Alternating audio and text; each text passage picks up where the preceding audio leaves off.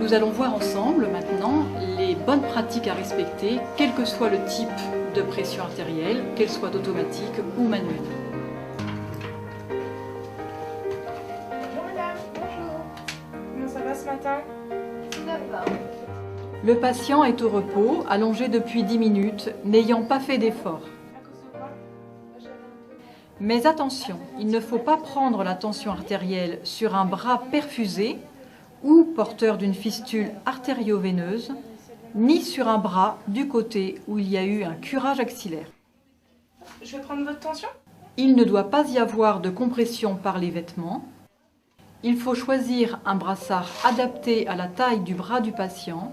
Ce brassard doit recouvrir environ 2/3 du bras. Le brassard doit être posé au-dessus du pli du coude, autour du bras.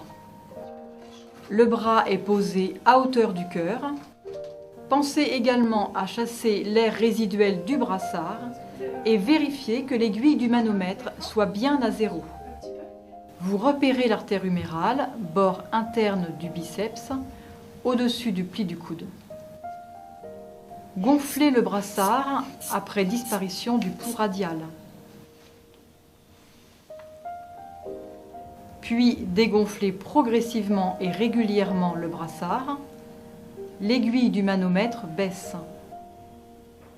Le premier bruit entendu au stéthoscope correspond à la pression artérielle systolique.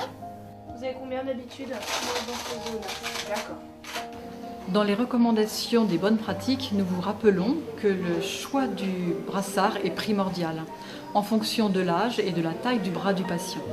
Le brassard doit être gonflé le moins de temps possible car il y a risque de spasme vasculaire, ce qui majorerait la tension artérielle. Un brassard trop serré peut provoquer une cyanose, trop lâche ou mal positionné, il peut donner des relevés inexacts. En ce qui concerne le stéthoscope, il ne doit pas être glissé sous le brassard car il y a un risque de majoration des chiffres tensionnels du fait d'une compression non homogène. Attention, le fonctionnement répété et prolongé d'un moniteur de pression non invasive a été associé à des cas d'ischémie, de purpura et ou de neuropathie. Il faut donc poser le brassard correctement et vérifier régulièrement l'extrémité du membre concerné lorsque l'on procède à une surveillance prolongée. Les valeurs de la pression artérielle peuvent être faussées chez des patients souffrant de convulsions ou de tremblements. Si un patient souffre d'arythmie, le temps de détermination de la pression peut augmenter, voire même dépasser les tolérances du moniteur. Une alarme se déclenchera alors.